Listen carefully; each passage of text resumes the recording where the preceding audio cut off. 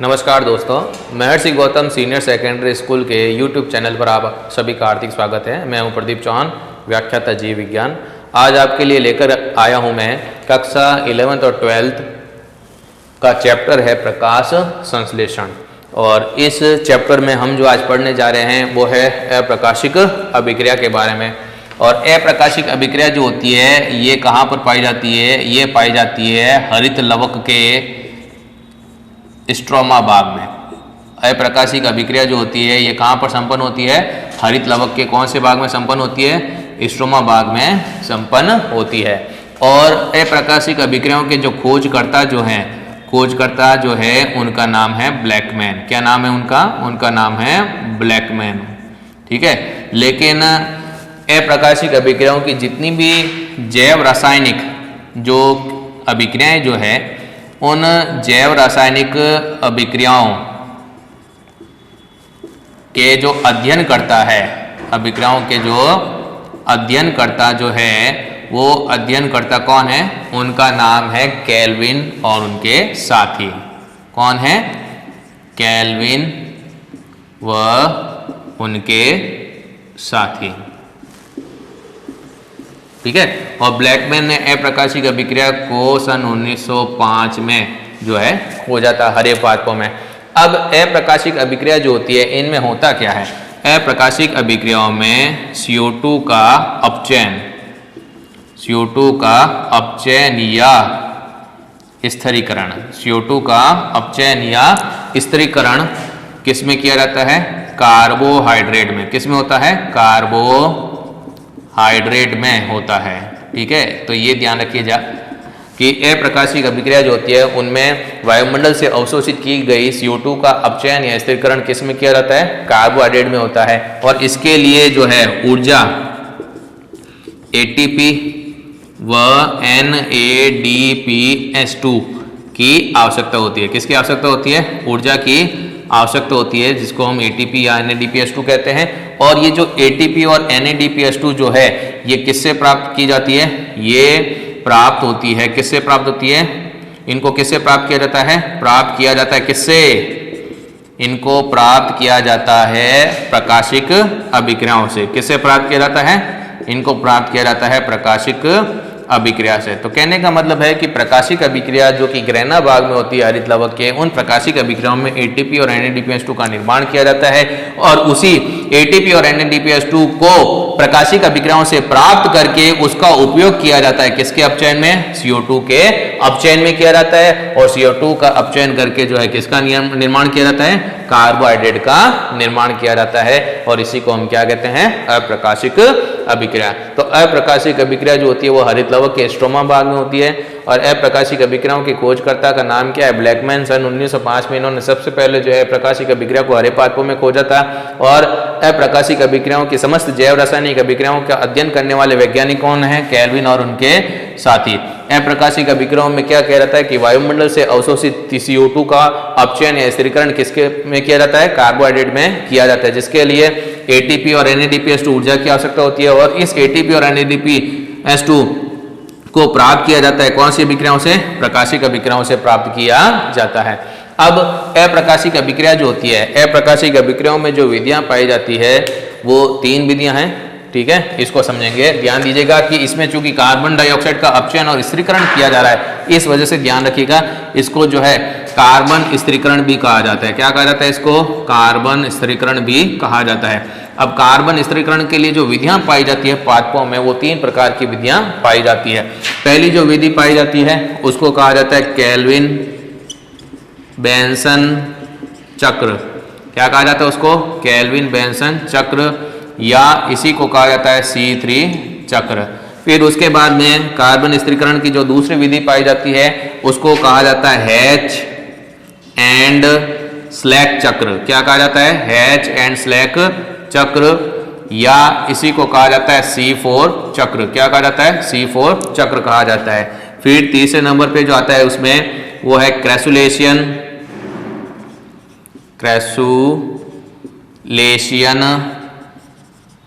अम्ल उपापचयी चक्र, या इसी को कहा जाता है कैम चक्र। क्रेसुलेशन एसिड मेटाबॉलिज्म साइकिल या कैम साइकिल। तो ध्यान दीजिएगा कि कार्बन डाइऑक्साइड का अपचयन या स्थिरीकरण कार्बोहाइड्रेट में होता है, इस वजह से इसे कार्बन स्थिरीकरण भी कहा जाता है। और हरे पादपों में जो कार्बन स्थिरीकरण जो है वो 3 विधियों के द्वारा होता है, केल्विन बेंसन चक्र, C3 चक्र के द्वारा, हैच एंड स्लेक चक्र, C4 चक्र के द्वारा, क्रेसुलेशन अम्ल उपापचय चक्र या कैम चक्र के द्वारा। तो आज हम जो है इसमें पहले टॉपिक लेते हैं केल्विन बेंसन चक्र।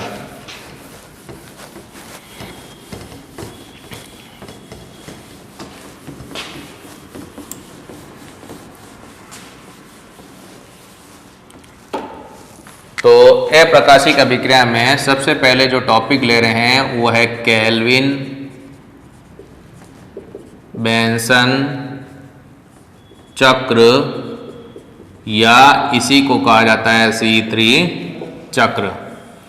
अब नाम से पता चलता है कि केल्विन बेंसन और उनके साथी, केल्विन बेंसन एवं उनके साथी, इन्होंने सन 46 से लेकर के सन 53 तक, ठीक है, जो हरे पादपों में जो है कार्बन स्थिरीकरण का अध्ययन किया था। तो केल्विन बेंसन तथा उनके साथी ने जो है किसका अध्ययन किया था? हरे पादपों में कार्बन स्थिरीकरण की जैव रासायनिक अभिक्रियाओं का क्या किया था? अध्ययन किया था। क्या किया था? अध्ययन किया था। ठीक है। अब कार्बन स्थिरीकरण का तात्पर्य क्या है ये तो आप जानते हैं। कार्बन स्थिरीकरण का मतलब होता है CO2 का अपचयन किसमें? कार्बोहाइड्रेट में।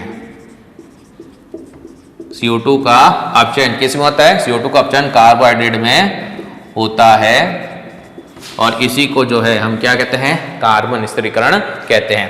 अब केल्विन बेंसन ने क्या किया था कि प्रयोग किया था और उस प्रयोग में उन्होंने हरे शैवाल लिए थे, जैसे क्लोरेला व सिनेडेस्मस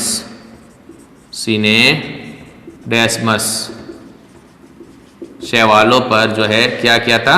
प्रयोग किया था। और इस प्रयोग के लिए इन्होंने जो है कार्बन आइसोटोप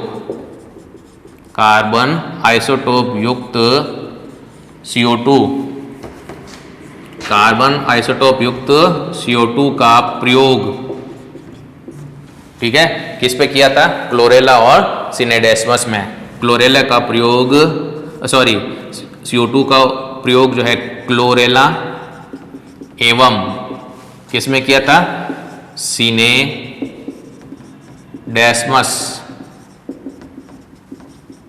शैवालों पर किया। ठीक है। और इन्होंने क्या देखा कि अप्रकाशिक अभिक्रिया में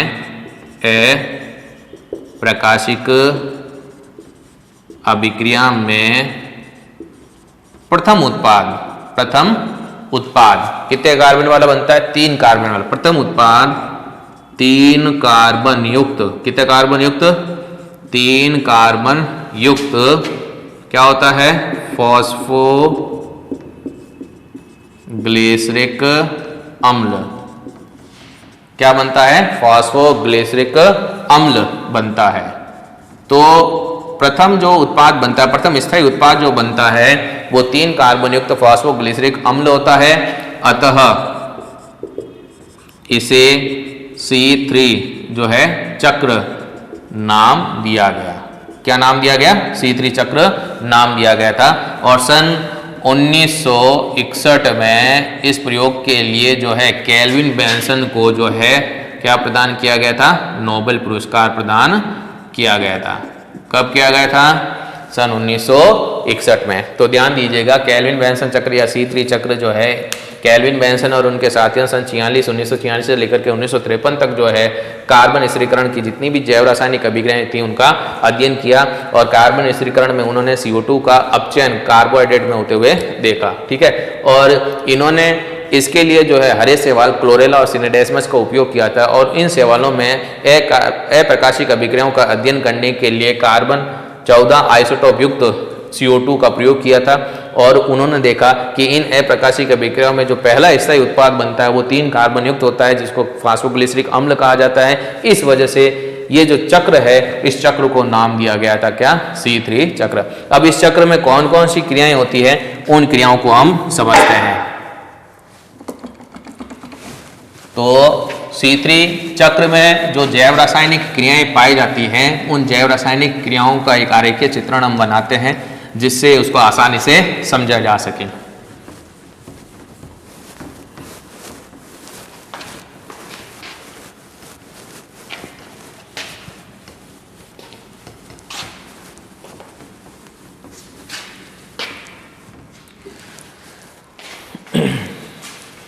तो C3 चक्र, जिसको हम केल्विन बेंसन चक्र कहते हैं, C3 चक्र, उसको हम समझ रहे हैं। तो इसकी जो शुरुआत होती है वो है राइबोलोज 5 फॉस्फेट।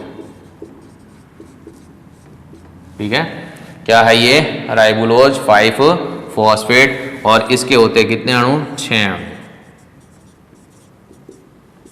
ठीक है, अब इससे बनता है राइबोलोज 1,5 बिसफॉस्फेट या डाइफॉस्फेट, कुछ भी लिखें आप। बिसफॉस्फेट भी लिख सकते हैं और क्या लिख सकते हैं? डाइफॉस्फेट भी लिख सकते हैं। तो यहां पर हम देखते हैं कि ATP जो है उसका उपयोग किया गया और क्या इसका निर्माण हुआ? ADP का निर्माण हुआ।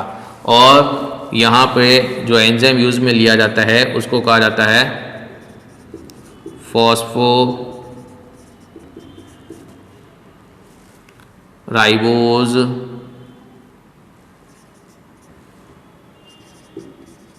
काइनेज।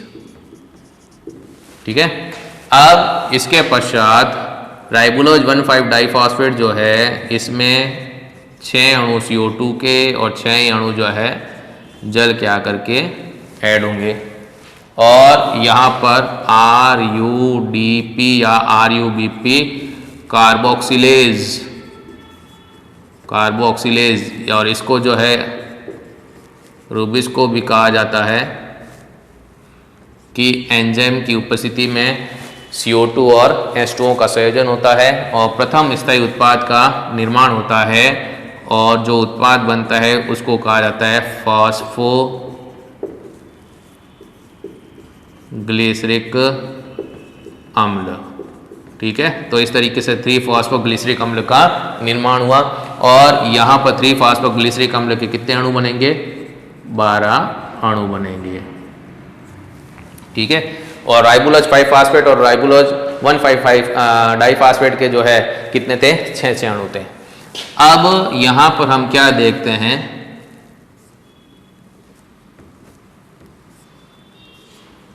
कि फॉस्फोग्लिसरिक अम्ल से 1,3 डाइफॉस्फोग्लिसरिक अम्ल का निर्माण होगा। तो यहां पे 1,3 डाई फास्फो ग्लिसरिक अम्ल का निर्माण हुआ। और ये फास्फोग्लिसरो काइनेज एंजाइम की उपस्थिति में क्रिया होती है। एंजाइम जो है वो है फॉस्फो ग्लिसरो काइनेज। और यहाँ पर भी जो है ATP का उपयोग होगा और ATP से क्या बनेगा? ATP से बनेगा ADP। तो 12 ATP के अणु विघटित होते हैं और 12 ADP का निर्माण होगा। ठीक है, ये है कौन सा चक्र? हम पढ़ रहे हैं C3 चक्र के बारे में। अब इसके आगे क्या होता है कि ये जो 1,3 डाइफॉस्फोग्लिसरिक अम्ल है, अब इससे बनेगा 3-फॉस्फोग्लिसरैल्डिहाइड। तो आगे जो रिएक्शन होगी उस रिएक्शन में हम देखते हैं इसमें फॉस्फो ग्लिसरैल्डी फॉस्फोग्लिसरैल्डिहाइड का जो है निर्माण होता है। और फॉस्फोग्लिसरैल्डिहाइड के इसमें जो है 12 अणु बनेंगे। कितने अणु बनेंगे इसके? 12 अणु बनेंगे। तो ये जो फॉस्फोग्लिसरैल्डिहाइड का जब निर्माण होता है तो इसके लिए जो एंजाइम चाहिए उस एंजाइम का नाम क्या है? उसका नाम है फॉस्फोग्लिसरैल्डिहाइड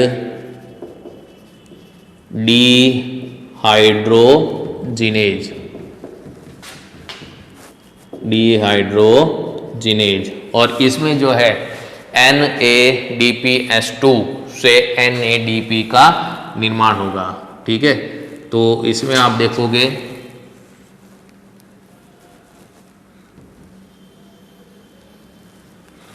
इसमें 12 NADPH2 से 12 NADP का निर्माण होगा। और साथ में ही जो है इसमें बाहर निकलेंगे H3PO4।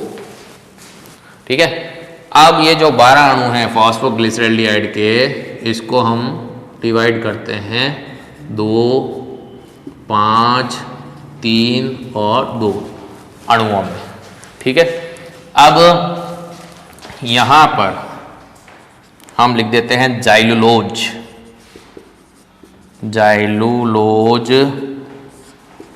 5-फॉस्फेट। ठीक है, और यहाँ पे फॉस्फोराइबुलोज एपिमरेज एंजाइम उपयोग में लिया जाता है, जिससे राइबुलोज 5-फॉस्फेट का निर्माण होगा। अब ये जो 2 अणु हम पहले यहीं से स्टार्ट कर देते हैं एक बार बनाने के लिए।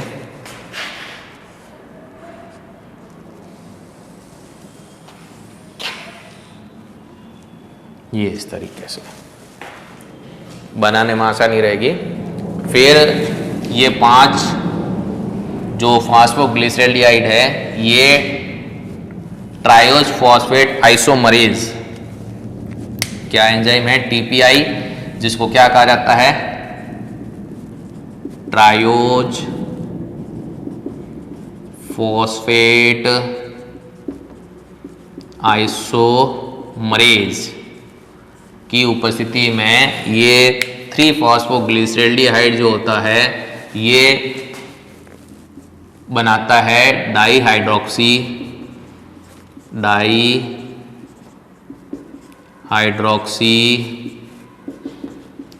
एसीटोन फॉस्फेट के कितने अणु? 5 अणु। तो डाईहाइड्रोक्सी एसीटोन फॉस्फेट, जिसको शॉर्ट फॉर्म में हम कहते हैं DHAP, क्या कहेंगे इसको? DHAP, डाईहाइड्रोक्सी एसीटोन फॉस्फेट के कितने अणु बनाएगा? 5 अणु बनाएगा। अब इन 5 अणुओं को हम डिवाइड करते हैं कितने अणुओं में? 2 और 3 अणुओं में। अब ये जो 3 अणु जो हैं, इससे बनता है ये 3 अणु तो किसके? डाईहाइड्रोक्सी एसीटोन फॉस्फेट के, और 3 अणु किसके? फॉस्फोग्लिसरैल्डिहाइड के। ये एल्डोलेज एंजाइम की उपस्थिति में ये बनाता है फ्रक्टोज 1,6-डाईफॉस्फेट। क्या बना देगा? फ्रक्टोज 1,6-डाईफॉस्फेट। कितने अणु बनाएगा? ये बनते हैं इसके 3 अणु। कितने अणु बनेंगे इसके? 3 अणु बनेंगे। अब इसी से आगे चल करके हम देखते हैं, इसमें 3 जल के अणु जुड़ते हैं और 3 अणु H3PO4 के बाहर निकलते हैं। और ये क्रिया जिस एंजाइम की उपस्थिति में होती है उसको कहते हैं फॉस्फेटेज। और यहाँ पर निर्माण हो जाएगा फ्रक्टोज 6-फॉस्फेट, और इसके भी कितने अणु बन जाएंगे? 3 अणु बन जाएंगे। अब ये फ्रक्टोज 6-फॉस्फेट के जो 3 अणु हैं, जिसमें से 2 और ये 1 अणु, एक अणु जो ये बना है फ्रक्टोज 6 फॉस्फेट का, ये बना देता है आगे चल करके हेक्सोस शुगर यानी कि ग्लूकोज।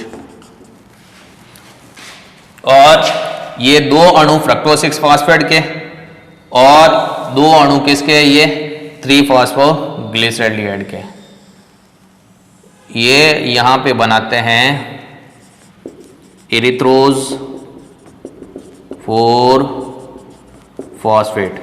और ये क्रिया जिस एंजाइम की उपस्थिति में होती है उसको कहा जाता है ट्रांसकीटोलेज। क्या कहेंगे उसको? ट्रांसकीटोलेज। और इसके बनते हैं कितने अणु? 2 अणु बनते हैं। अब एरिथ्रोज 4 फॉस्फेट जो है इससे आगे चल करके निर्माण होगा किसका? शैडो हेप्टुलोज 1,7 डाइफॉस्फेट का। और इसमें आप देखोगे 2 अणु डाई हाइड्रोक्सी एसीटोन फॉस्फेट के होंगे और ये इसके साथ में ऐड हो जाएंगे। तो एरिथ्रोज 4 फॉस्फेट और 2 अणु डाई हाइड्रोक्सी एसीटोन फॉस्फेट के मिल करके शैडो हेप्टुलोज 1,7 डाइफॉस्फेट का क्या करेंगे? निर्माण करेंगे। और यहां पर आप आगे देखोगे कि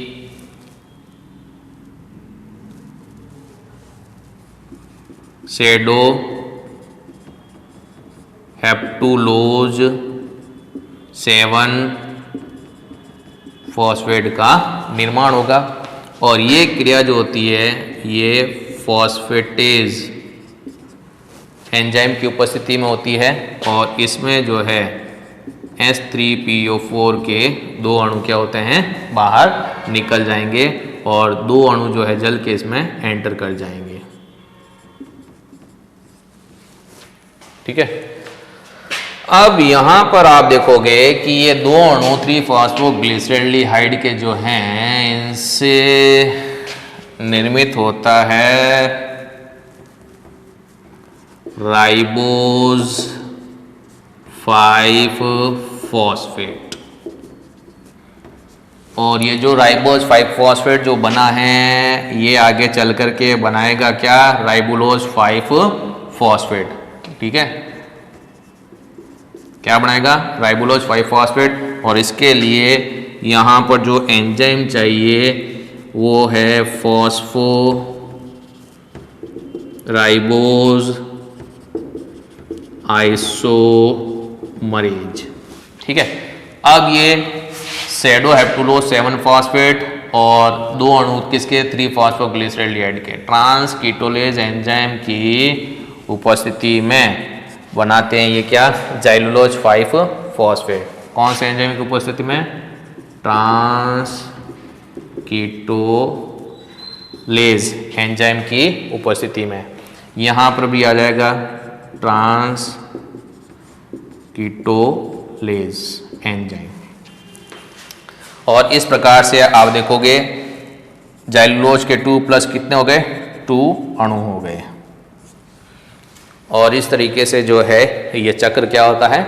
कंप्लीट होता है। कौन सा? C3 चक्र। देखिए आसानी से इसको आराम से समझना है।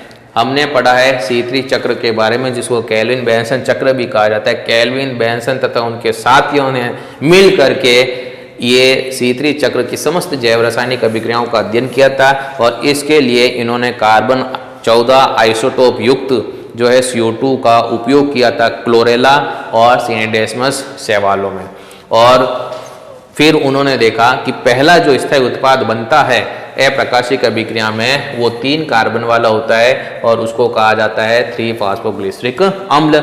इस वजह से इसका नाम क्या रखा था? C3 चक्र। देखिए सबसे पहले आप यहाँ पे देखिएगा राइबुलोज 5 फॉस्फेट जो होता है इसके कितने अणु हैं? 6 अणु हैं। और राइबुलोज 5 फॉस्फेट जो है फॉस्फोराइबोज काइनेज एंजाइम की उपस्थिति में राइबुलोज 1,5 डाइफॉस्फेट में परिवर्तित हो जाता है। क्यों? कि एटीपी का विघटन हुआ एडीपी में, और जो इनऑर्गेनिक फॉस्फेट अकार्बनिक फॉस्फेट जो मुक्त होती है वो इस राइबोलोज 5 फॉस्फेट के साथ में जुड़ जाती है, जिससे राइबोलोज 1,5 डाइफॉस्फेट का निर्माण होता है, 6 अणु बनते हैं। फिर रुबिस्को RUDP कार्बोक्सिलेज एंजाइम की उपस्थिति में राइबोलोज 1,5 डाइफॉस्फेट के साथ में संयोग होता है 6 कार्बन डाइऑक्साइड और 6 H2O का, और 12 अणु बनते हैं 3 कार्बन युक्त 3-फॉस्फोग्लिसरिक अम्ल के। फिर काइनेज एंजाइम की उपस्थिति में ATP का विघटन हुआ ADP में, और इनऑर्गेनिक फॉस्फेट जो बनती है वो फॉस्फोग्लिसरिक अम्ल के साथ में जुड़ करके क्या बना देती है 1,3 डाइफॉस्फोग्लिसरिक अम्ल। फिर डीहाइड्रोजिनेज एंजाइम की उपस्थिति में NADPH2 से क्या बनता है NADP बनता है, ठीक है, और साथ में H3PO4 ऑर्थोफॉस्फोरिक अम्ल के अणु जो है वो बाहर निकलते हैं, और 1,3 डाइफॉस्फोग्लिसरिक अम्ल से 12 अणु बनते हैं 3-फॉस्फोग्लिसरिक अम्ल के। अब इन 12 अणुओं को हमने डिवाइड कर दिया, 2 अणु, 5 अणु, 3 अणु और 2 अणु में। सबसे पहले हमने क्या किया, ये 2 अणु लेकर के गए, इससे बना दिया हमने क्या ज़ाइलुलोज 5 फॉस्फेट, इतना पहले एक बार। फिर उसके बाद में हम क्या करते हैं कि 5 अणु जो होते हैं 3-फॉस्फोग्लिसराइड के, वो ट्राइस फॉस्फेट आइसोमरेज एंजाइम की उपस्थिति में किसका निर्माण करते हैं डाईहाइड्रोक्सी एसीटोन फॉस्फेट के, कितने अणु का 5 अणु का। इनमें से 2 और 3 अणु, ये डाईहाइड्रोक्सी एसीटोन फॉस्फेट के 3 अणु और 3 अणु ही 3-फॉस्फोग्लिसराइड के एल्डोलेज एंजाइम की उपस्थिति में मिल करके फ्रक्टोज 1,6 डाइफॉस्फेट के 3 अणु बना देते हैं, जिनसे फ्रक्टोज 6 फॉस्फेट बनता है 3 अणु, और फ्रक्टोज 6 फॉस्फेट के 2 अणु और 1 अणु पृथक किए, और 1 अणु क्या बना देता है ग्लूकोज बना देता है, और फ्रक्टोज 1,6 डाइफॉस्फेट से फ्रक्टोज 6 फॉस्फेट फॉस्फेटेज एंजाइम की उपस्थिति में बनता है, ठीक है। फिर 2 अणु फ्रक्टोज 6 फॉस्फेट के और 2 ही अणु जो है 3-फॉस्फोग्लिसराइड के मिल करके एरिथ्रोज 4 फॉस्फेट और ज़ाइलुलोज 5 फॉस्फेट बनाते हैं। ये एरिथ्रोज 4 फॉस्फेट जो है ट्रांसकीटोलेज एंजाइम की उपस्थिति में सैडोएप्टुलोज 1,7 डाइफॉस्फेट बनाता है, और सैडोएप्टुलोज 1,7 डाइफॉस्फेट से सैडोएप्टुलोज 7 फॉस्फेट बनता है, और ये सैडोएप्टुलोज 7 फॉस्फेट ये इसके जो है 2 अणु बनेंगे, और इसके भी कितने अणु बनेंगे 2 ही अणु बनेंगे।